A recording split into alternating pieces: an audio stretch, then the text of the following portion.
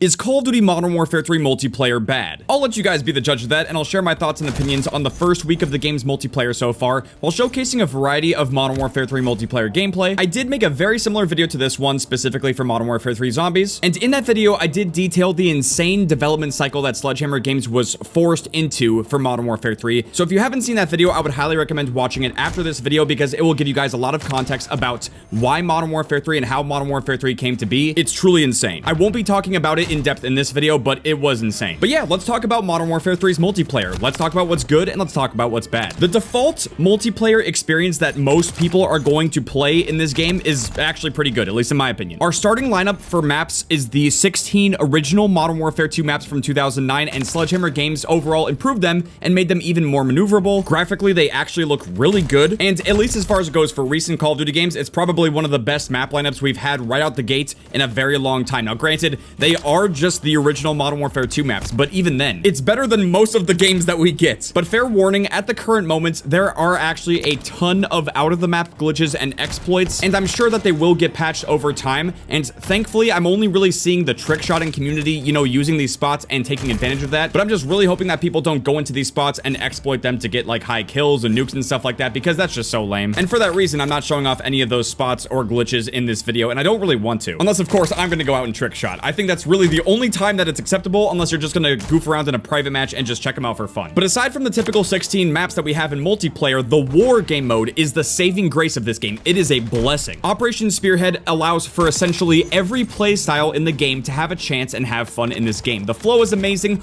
all while blasting us with a ton of nostalgia. The map is comprised of Candor Hideout from Modern Warfare 2019, as well as Crossfire and Countdown from Call of Duty 4, with a touch of no fighting in the War Room from the COD 4 campaign near the end of the map. This is just such a brilliant combination of maps that has ultimately led to an amazing war map, and I really hope that future DLC war maps coming to this game can continue to be this good. But aside from the typical multiplayer and the war game mode, there is going to be an experimental playlist where Sledgehammer Games can test out different changes to the multiplayer, and it's coming soon. And I am going to assume that they want to get our feedback and see what we think about whatever they're testing out with this playlist. The first experimental playlist that got announced so far will add a red outline to enemy players, which will help with enemy player visibility. Now, I just want to say this, regardless of whatever they're going to test, I just love the concept of the experimental playlist, and it'll be really interesting to see what other changes Sledgehammer Games might want to test out using this playlist. They could test things like player health, or maybe throw in a brand new kill streak that we've never had access to before. Maybe even make like a throwback Modern Warfare 2 playlist where you can have your kill streaks earn you kills towards getting a nuke at 25 kills. I mean, who knows? The possibilities for an experimental playlist are truly endless, and I really do hope that they have some good ideas cooking up and that they can actually make this a really useful and fun type of playlist. Now, generally speaking, if you like to play Call of Duty games with a decent variety of usable weapons, somewhat slower time to kill, and fast movement, then this is the winning formula for you. And even if the time to kill in core is too slow for you, the game did launch with hardcore modes, and thankfully, hardcore was kept intact for this game, and it is great to play. But people do tend to camp more, and it's pretty slow pace at the moment. My hope is that at some point we either get like hardcore 9v9 or 12v12 on the current map pool, or that we can get some smaller maps for hardcore 6v6, because I'm just gonna say this. Hardcore on the original Modern Warfare 2 was not that great. That was just my experience, but when I played back then, I avoided hardcore in the original Modern Warfare 2 because the time to kill by default in core was already fast enough, and people were already camping a lot back then. And back in 2009, 2010, hardcore just amplified those issues even more. It's a little bit more tolerable with the setup in Modern Warfare 3 with everything that we have, but on average, the matches will still play out slower, and they will probably be more boring than core for a lot of players. Don't get me wrong, I am so happy that we have hardcore at launch. I mean, again, it's an expected COD feature, but I am glad that it's back and that we don't have to deal with tier 1. But since you can't necessarily change how people are going to play on the maps, I really just hope that we can either get some smaller maps or increase the amount of people that will be on the maps to speed things up. Next up, let's talk about the perks, or really the gear system in Modern Warfare 3. I feel like I'm still adjusting to this new system, but so far it actually does seem pretty balanced, and it works out much better than Modern Warfare 2, so that's pretty good. I do still miss the classic perk system and how it looks and everything like that, but as long as it's balanced and it works, then I'm okay with it, because it could be much worse. Now, you guys might be kind of surprised to hear that skill-based matchmaking is not in Modern Warfare 3. That's right, I woke up today and felt like spreading misinformation. works. But in all seriousness, skill-based matchmaking is not going anywhere, and it's not really worth wasting any more time talking about it. I'm mentioning this because people constantly mention how big of a problem it is and how big of an issue it is, but at this point, if you don't like strict skill-based matchmaking in public matches, you're going to need to avoid new Call of Duty games until I and other content creators get explicit proof that it's either gone or toned back heavily, because guys, it's not going anywhere. So my advice at this point, if you really just hate skill-based matchmaking and you're trying to avoid it, just stick to the older Call of Duty games like Black Ops 2 and older, or wait for X Defiance to drop. Skill-based matchmaking has been a very divisive topic, but I've learned to just play through it because I know for a fact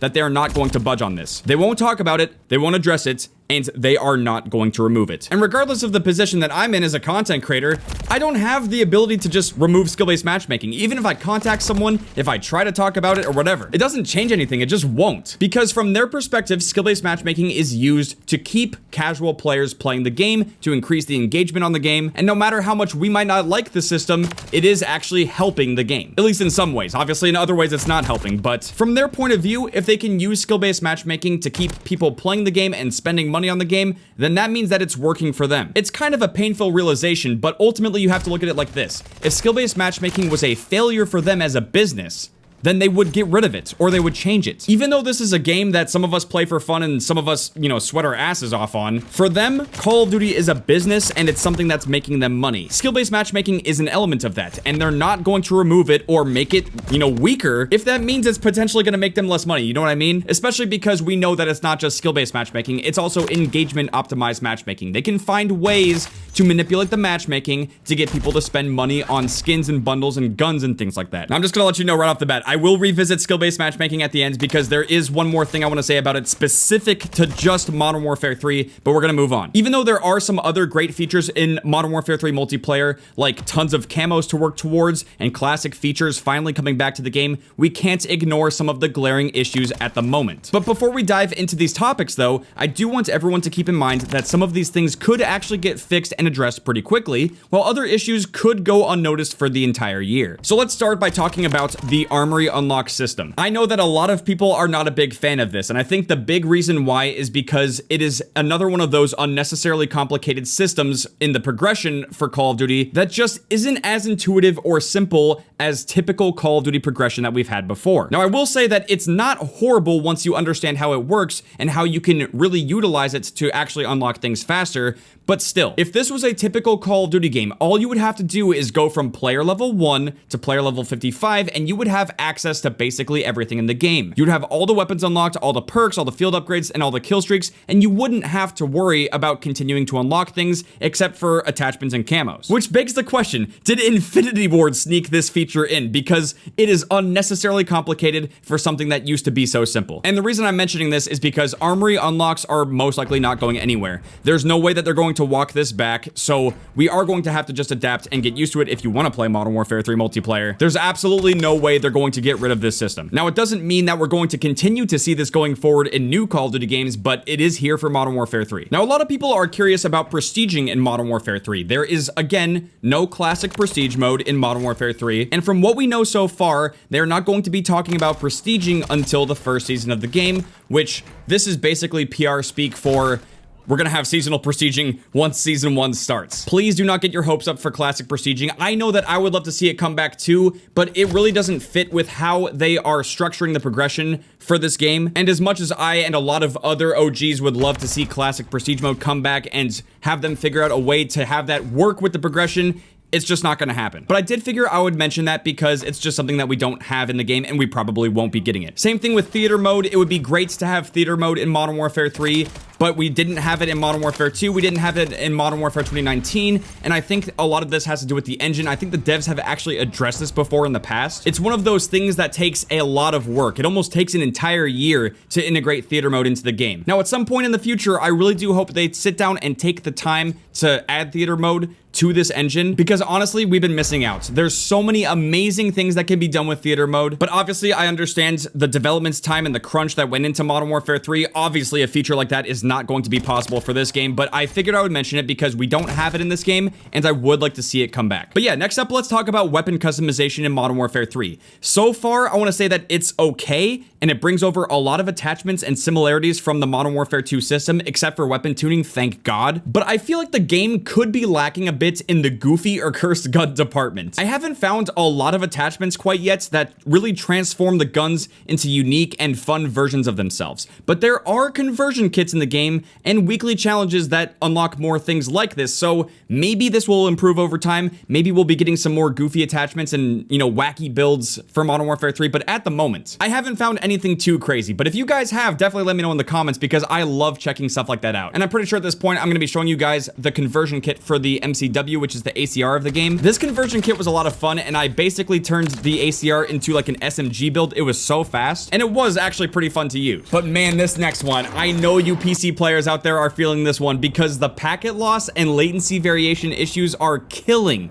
the multiplayer experience right now. Almost every tiny little thing seems to mess up the connection experience when you're playing online on PC right now. I mean, dude, I could just spam looking at the scoreboard and drop to like 30 FPS. It is a joke. There's also apparently a sentry gun duplication glitch on zombies right now, which is overloading the servers. But, you know, this video is about multiplayer, so we're gonna focus on that, but that's pretty crazy too. When I made my review on the Modern Warfare 3 multiplayer beta, I was also talking about how the server issues were plaguing it, and I was really hoping that it would remain a beta issue, but it's been here for almost a week after launch, and I really hope that Sledgehammer Games can figure this out, because guys, the experience on PC is just not there, man. I can't believe that it's weirdly better on PlayStation. I haven't played on Xbox really too much, but I have been playing the game on PS5 here and there, and I just don't have these issues. They're just non-existent, which does confirm that the GameCube is the greatest console of all time. But joking aside, we're gonna move on to the Modern Warfare 2 carry forward system and how it affects the game. As I'm sure you guys know by now, a lot of Modern Warfare 2 content carried forward into this game. One thing that is worth mentioning is that, as of now, no one is really using Modern Warfare 2 weapons because they want to unlock and level up the new Modern Warfare 3 guns, obviously. But you will see operator skins from Modern Warfare 2 running around everywhere. I'm not gonna lie, man, I am tired of seeing Groots and Nicki Minaj's everywhere sweating their non-existent balls off. But that's just how this carry forward system goes. It has made it difficult for Modern Warfare 3 to have its own unique identity. But again, that was inevitable given the circumstances that Sledgehammer Games was essentially forced into. So in short, the guns from Modern Warfare 2, they haven't really infested the multiplayer quite yet, the way that some people were thinking they were going to. That could change over time, but currently, you're gonna see more Modern Warfare 2 operator skins running around the map than anything. But next up, let's talk about ground war in Modern Warfare 3. Honestly, I have not played it enough in the full game to see if it has improved that much, but I would not get your hopes up. It seems like it's mostly okay for sitting back and picking off people with a sniper,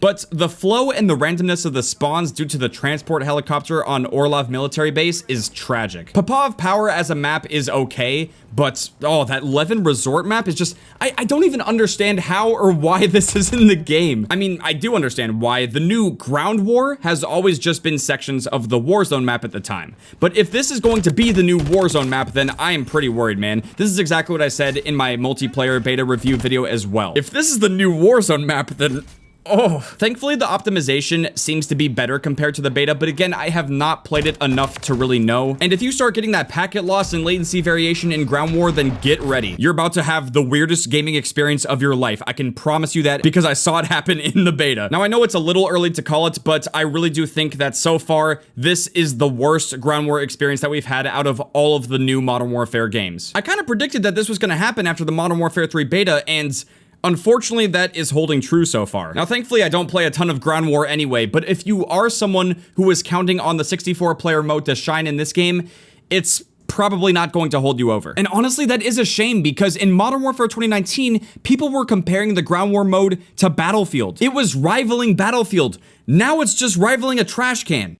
Wait a second, maybe it is still rivaling Battlefield. Okay, but let's move on because Ground War is getting me too heated. I do want to briefly circle back to private matches in Modern Warfare 3. Now, I did already make an in-depth video discussing this, so I'm not going to harp on it for too long. But in short, we need to be able to create default classes and save custom game mode settings in private match. Dedicated servers and game codes are great, but it still falls short if we're missing core private match features that we've had in games from a decade ago. And lastly, for this video, I do want to circle back to skill-based matchmaking. Now, I'm not going to whine about it too much, but there are a few things I do want to mention about it since people, myself included, complain about it so much. Although I'm trying to do my best to not be that person, you know? Right now in Modern Warfare 3, people believe that skill-based matchmaking is even stronger than Modern Warfare 2. And from my experience playing so far, I think there is a new measure that was added that changes how skill-based matchmaking works. You see, Sledgehammer Games added the Armory Unlock system, and when you complete your daily set of challenges for the day, you are able to continue progressing your Armory Unlocks, but the only way to do that is to win games, which has heavily incentivized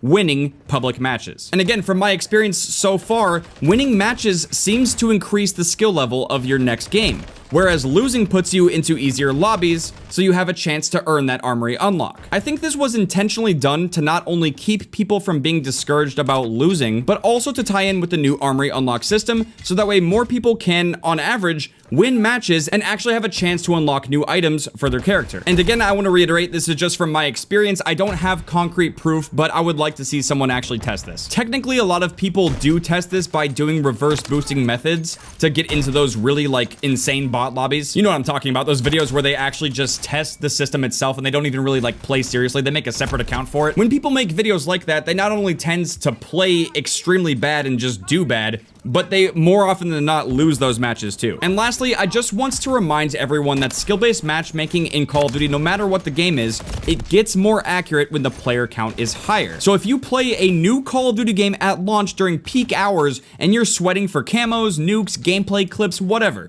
you are inevitably going to be put into lobbies that match whatever you're doing at that moment. If you're playing against players who don't seem very good, you either just had a bad game, you're intentionally playing bad to get into those easy lobbies, or you're just bad. Skill-based matchmaking is a reflection of the type of player you are at that moment and also over time. So keep in mind that when you're complaining about how sweaty the game is, chances are you are a sweat.